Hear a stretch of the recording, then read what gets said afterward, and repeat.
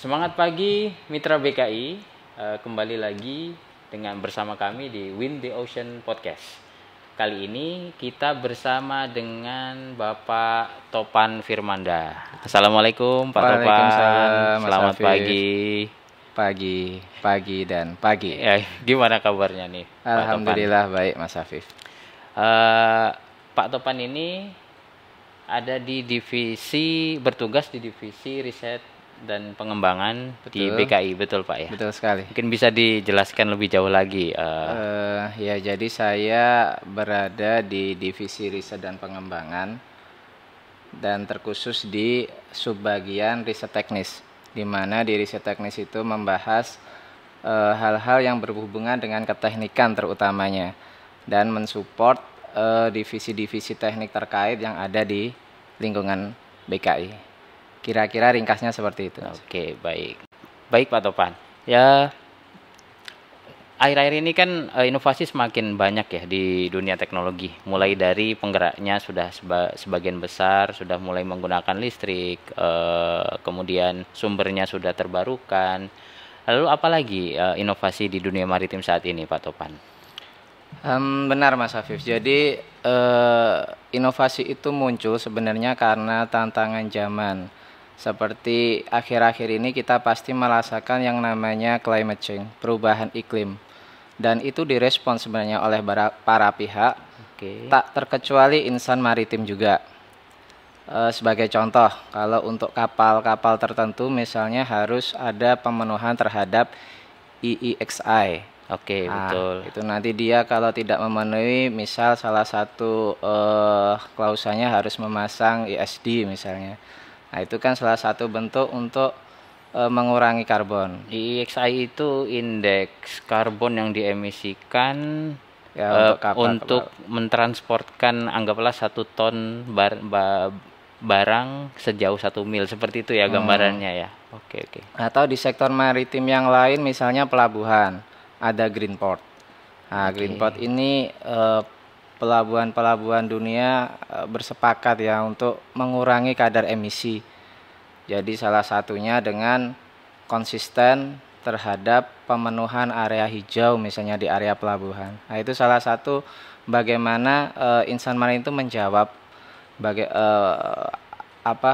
isu-isu mengenai kerusakan lingkungan. Tak terkecuali juga isu kerusakan lingkungan yang berhubungan dengan material kapal yang sulit untuk didaur ulang. Oh, baja maksudnya? Mungkin seperti fiber. Oke.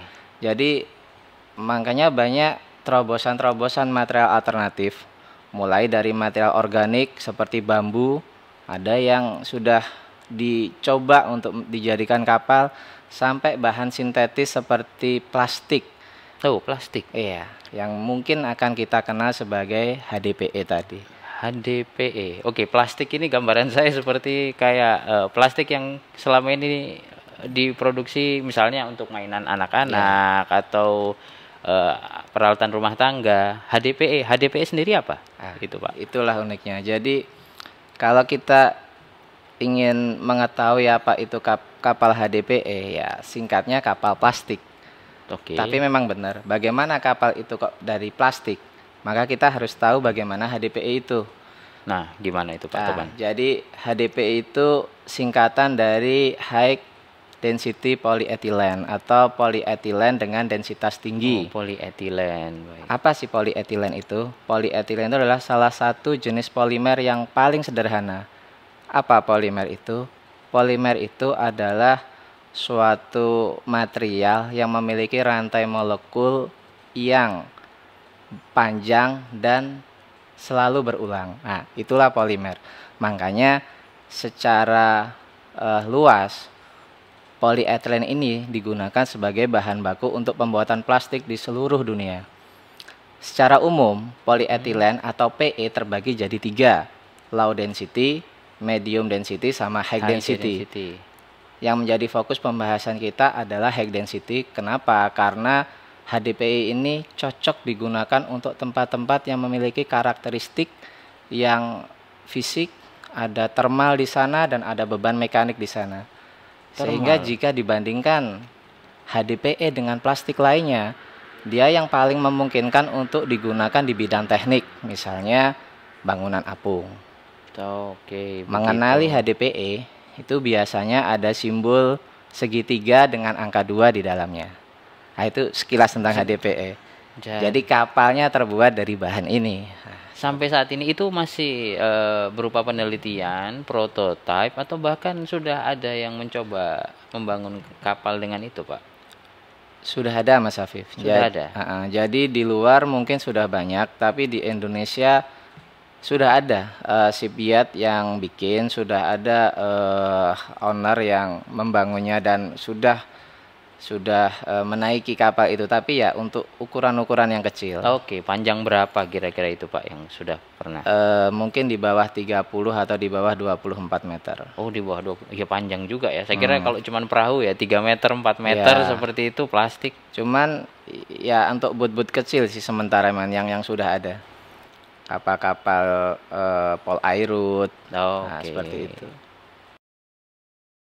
Baik. Jadi jenis-jenis kapal itu tadi ya. Selain itu tadi kapal ukuran kecil yang model apa saja yang cocok nih untuk menggunakan material HDPE itu, Pak Topan? Jadi banyak sih Mas. Jadi kapal-kapal kecil yang untuk wisata ataupun non wisata atau untuk pemerintahan udah beberapa yang memakainya memang kan. Jadi baik untuk keperluan patroli, terus untuk model wisata kapal-kapal bukan workboat ya, tapi semisal itulah. Oke. Ataupun mungkin ada yang beberapa di KKP itu memang sudah ada untuk kapal ikan. Oh, kapal penangkap ikan ya. Iya, kan menarik juga itu nanti kalau selama ini mungkin banyak juga yang masih dibangun secara tradisional dengan kayu. Begitu ya. Kalau HDPI nanti ini bisa dibuat juga untuk membangun kapal penangkap ikan, sepertinya menarik nih Pak Topan ya.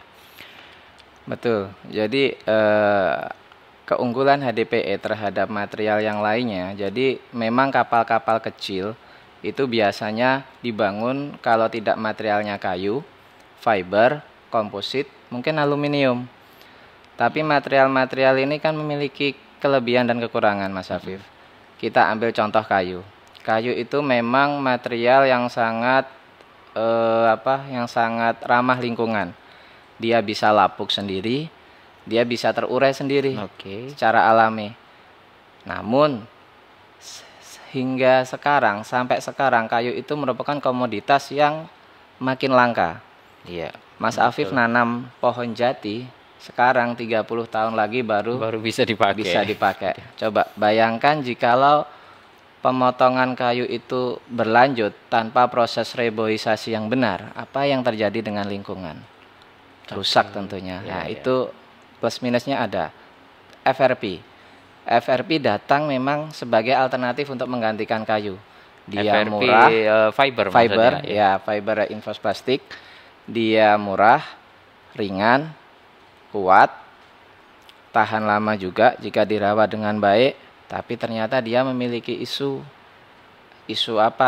ketidakramahannya terhadap lingkungan. Karena apa? FRP itu termasuk material yang sulit untuk didaur ulang. Bukannya tidak bisa, bisa tapi sulit.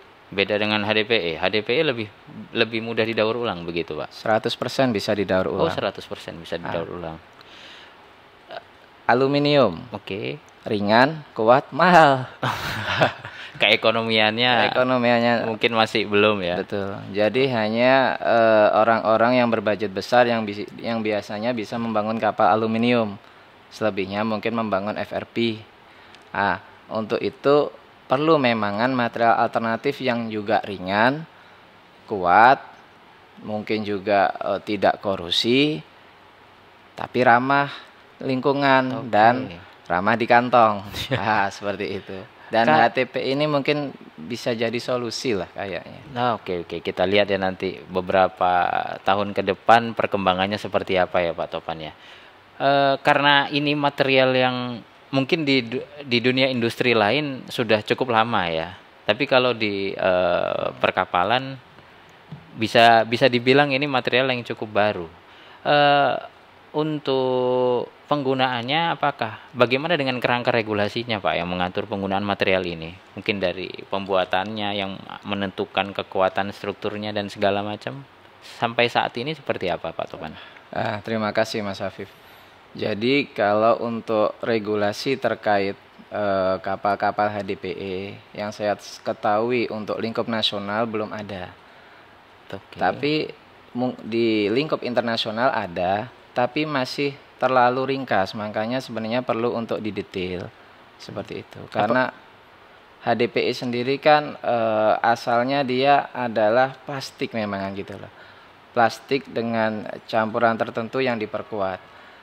Nah, makanya terkadang aturan-aturan itu tidak detail ketika membahas sebuah kapal. Kapal itu kan memiliki banyak bagian. Betul. Konstruksinya begitu banyak dan bagaimana mengcover semua konstruksi ini seperti itu. Belum lagi nanti bagaimana kualitas raw materialnya. Seperti itu.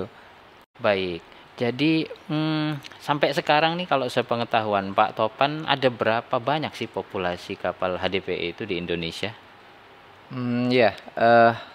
Jumlah pastinya saya tidak tahu. Cuman kalau kita mengukur dari ribuan kapal kecil yang termonitor oleh Departemen Perhubungan, populasinya itu boleh dikatakan sangat-sangat sedikit. Jadi dari sekian ribu kapal ikan, ya DPA-nya mungkin cuma sekian puluh atau enggak sampai sekian puluh mungkin. Jadi masih kecil, tapi tentunya kendala ini kalau boleh kita lihat bisa dilihat dari beberapa sisi. Salah satunya kapal HDPE yang biasa dibangun oleh shipyard itu ada yang berbentuk lembaran seperti plat. Tapi plat HDPE atau lembaran HDPE ini yang produksi lokal, produksi dalam negeri itu lebarnya maksimal hanya 30 sampai 60 cm. Dan tentunya ini tidak terlalu lebar jika untuk membangun sebuah kapal. Apa yang terjadi? Akhirnya para shipyard harus melakukan import. Import entah dari Singapura, entah dari mana lah. Tentunya datangnya raw material dalam import ini menyebabkan harganya sudah mahal. Seperti itu. Berarti ada bentuknya juga berupa plat-plat begitu ya. Nanti kalau ada gitu nyambungnya gimana? Ada yang dilas. Ya, dilas itu seperti lem tembak sebenarnya. Gitu. Makanya kualitas sambungan ini sebenarnya kemarin juga menjadi PR juga sebenarnya untuk manufaktur karena terkadang tidak konsisten dan mesin lesnya itu memang besar, jauh lebih besar dibandingin las baja seperti itu. Yang kedua, tadi kan HDPE yang berbentuk sheet ya atau lembaran, ada juga HDPE yang berbentuk grain atau butiran-butiran. Di mana kalau membangun suatu barang, anggaplah produk atau kapal dengan grain ini, maka dia harus di melting dulu, dijadikan dijadikan fase fluid. Habis itu dia dimasukkan dalam suatu mesin. Makanya ini dinamakan dengan rotari, metode rotari gitu. Namun ini memerlukan investasi yang besar. Itu semacam molding begitu kan? Jadi ada cetakannya, kemudian dituang grain yang sudah melting yang sudah dituang tadi diputar sampai membentuk suatu produk lah. Satu, investasinya besar. Dua, pasti akan terbatas ukurannya.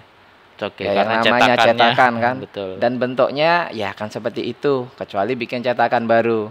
Nah, ini pasti investasinya besar kalau yang model seperti ini. Ya, makanya di sini terlihat kenapa sekarang ini kapal HDPE masih jarang. Tapi tentunya butuh support dari semua pihak, baik regulator, baik klasifikasi, baik shipyardnya atau baik akademisi untuk memang benar-benar bisa sepakat dan bersama-sama untuk menggolkan kapal HDPE ini gitu, agar mungkin mendatang bisa menjadi tren lah. Oke. Kalau tadi disampaikan ada yang karena dengan bentuknya sheet gitu ya, ada las, ada metode las yang sebenarnya bukan las ya. Terus kemudian dengan cetakan atau molding. Kalau dengan 3D printing, Pak, sepertinya menarik juga itu ya. Walaupun mungkin pasti space yang dibutuhkan akan sangat besar ya. Mungkin, cuman kayaknya sih mungkin. Jadi kan tetap saja yang dimasukkan adalah apa? Yang dari green tadi, kemudian Iya. masuk ke mesin printnya. Cuman sekali lagi itu tetap harus kita Ya. pastikan nanti apakah hasil terakhirnya masih memenuhi standar minimum. Oke, baik.